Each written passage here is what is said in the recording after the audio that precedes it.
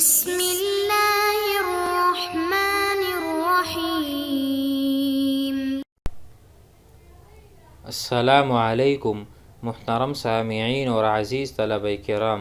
امید کرتا ہوں کہ آپ تمام احباب خیر و عافیت سے ہوں گے۔ آج کا ہمارا سبق نمبر 60 ہے،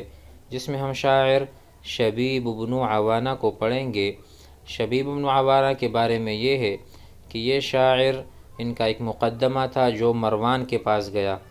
زمانے میں خلیفۃ مروان، ان کے پاس ان کا مقدمہ گیا، اس نے فیصلہ ان کے خلاف کیا، اس پر یہ کہتا ہے اور یہ اشعار کہتا ہوا نظر آتا ہے۔ اشعار کو پڑھتے ہیں اور سمجھتے ہیں۔ وقال شبیب بن عوانہ الطائی قضى بيننا مروان أمس قضية فما زادنا مروان إلا تنائيا فلو كنت بالأرض الفضاء لعفتها ولكن أتت أبوابه من ورائيا۔ قضا یقضی فیصلہ کرنا، قاضی قضا، قضى القاضی قاضی نے فیصلہ کیا، بیننا ہمارے درمیان، مروان جو کہ مروان ہے، امسی گزشتہ، کل قضیتاً الحکم مروان نے کل ہمارے درمیان فیصلہ کیا، فما زادنا مروان الا تنائیا مروان نے ایک دوسرے سے دوری کے علاوہ ہم میں کسی اور شے کا اضافہ نہیں کیا۔ فما زادنا، زاد یزید اضافہ کرنا، زیادتی کرنا، فلیس زادنا ہمارے میں کچھ زیادتی نہیں کی مروان نے، الا مگر یہ کہ تنائیا بعدن ہم اور ایک دوسرے سے دور ہو گئے۔ فیصلہ میرے خلاف تھا تو ظاہر ہے میں نے دور ہونا تھا، تو مروان نے جو فیصلہ کیا اس نے ہمارے درمیان پھوٹ ڈال دی یا تفریق اور دوری ڈال دی۔ آگے کہتے ہیں فلو کنت بالارض الفضاء اگر میں ہوتا زمین کھلی میں، اگر میں ایک کھلی زمین اور واسع زمین اور کسی صحرا میں ہمارا فیصلہ ہو رہا ہوتا، یعنی کھلی زمین ہوتی، لعفتها لکرہتها تو میں اس کو ناپسند کرتا اور میں وہاں سے بھاگ جاتا۔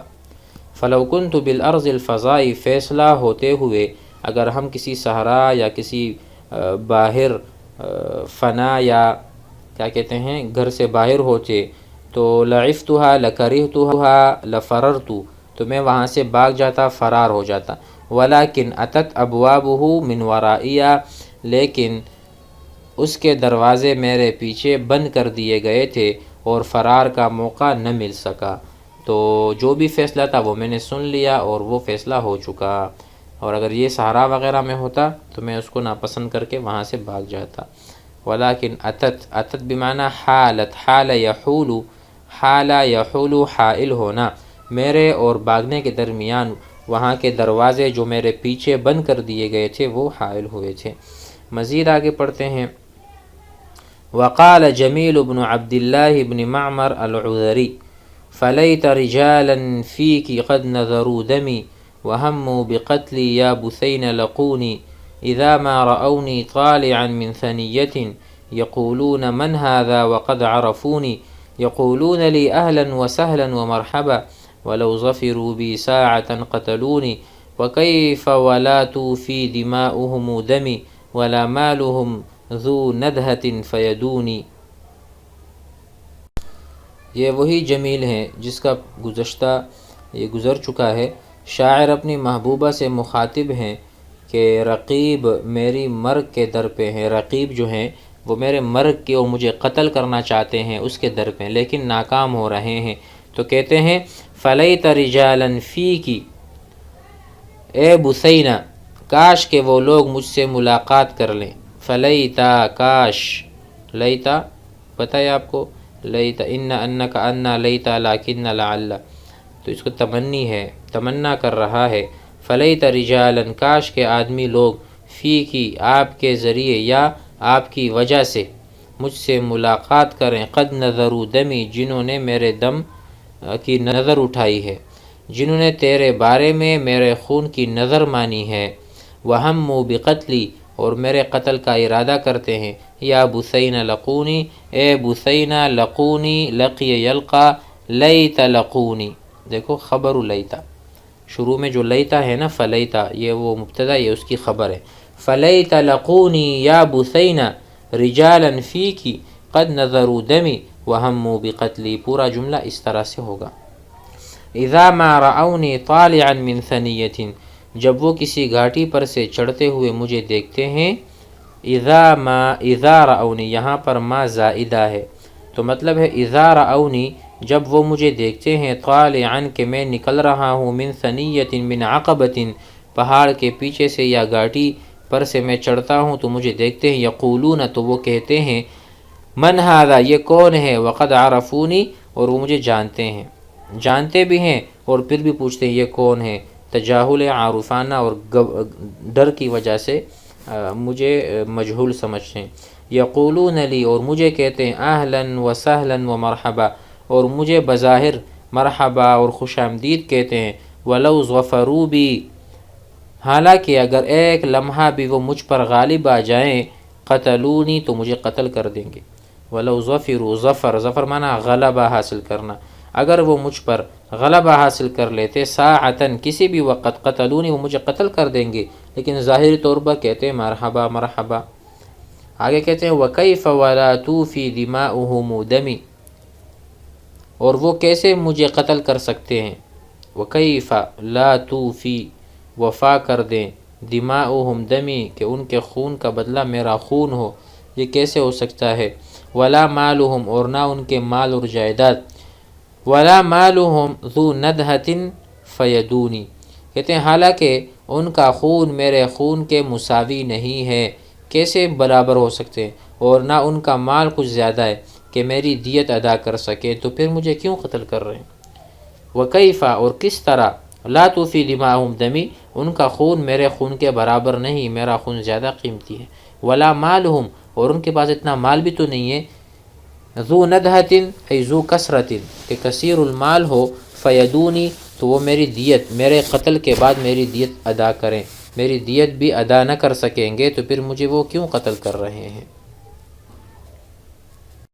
مزید شاہد انہی کے اشعار ہیں، اسی نسبت کے ہیں، کہہ رہے ہیں وَمِنْ هَذِهِ الْقِطْعَةِ، اور انہی اشعار میں سے ایک مقطع ہے، فِيمَا قَرَأْتُهُ، جو میں نے پڑھا ہے، عَلَىٰ أَبِي الْعَلَىٰ، ابی العلا کو میں نے سنایا ہے یا ان سے پڑھا ہے، ٹھیک ہے، یعنی ان کو سنایا ہے میں نے اسی مقطع میں سے، تو وہ کیا ہے، لَحَ اللَّهُ مَن لَا يَنْفَعُ الْوُدُّ عِنْدَهُ وَمَنْ حَبْلُهُ إِن مُدَّ غَيْرُ مَتِينٍ وَمَنْ هُوَ إِن تُحْدِثْ لَهُ الْعَيْنُ نَظْرَةً يُقَضِّبْ لَهَا أَسْبَابَ كُلِّ قَرِينٍ وَمَنْ هُوَ ذُو لَوْنَيْنِ لَيْسَ بِدَائِمٍ عَلَى خُلُقٍ خَوَّانٍ كُلِّ أَمِينٍ۔ لَحَ اللَّهُ، لَحَ کے معنی ہیں اللہ اس کو برا کرے، اس پر لعنت برسائے، لَحَ اللَّهُ ای لَعَنَ اللَّهُ فُلَانًا، اللہ لعنت کرے فلان پر، لَحَ اللَّهُ ای لَعَنَ اللَّهُ من ای الذی لا ينفع الود، لا ينفع الود، اللہ تعالیٰ اس شخص کا برا کرے جس کی محبت دوستی نافع نہ ہو،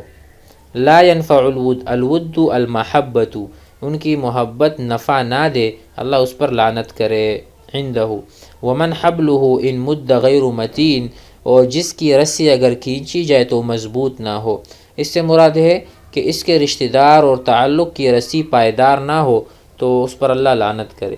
اپنے رشتہ داروں سے اگر کوئی جو توقعات ہیں وہ پوری نہ ہوتی ہوں تو اس کا کوئی فائدہ نہیں، اس کی محبت نہ کسی کام کی، نہ اس کی جو رسی ہے اور ان کے ساتھ جو صلہ رحمی یا ان کے ساتھ جو جوڑ ہمارا رشتہ داری قرابت ہے اس کا بھی کوئی فائدہ نہیں۔ حبل کہتے ہیں رسی کو، ان مدہ، مد یا مدو کھینچنا، اگر اس کی رسی کھینچی گئی، غیر متین غیر قوی، ٹوٹ جاتی ہے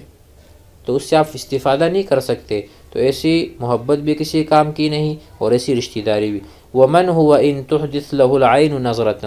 اور اللہ تعالیٰ برا کرے اس شخص کا بھی جس کو آنکھ اگر ایک نئی نگاہ سے دیکھ لے، یعنی اس کے ساتھ کوئی خلاف معمول معاملہ کیا جائے تو اس کی وجہ سے ہر قسم کی دوستی کے تعلقات ختم کر دے، اس پر بھی لعنت ہو۔ دیکھو ومن ہوا ای لَحَ اللَّهُ من، ومن ہوا،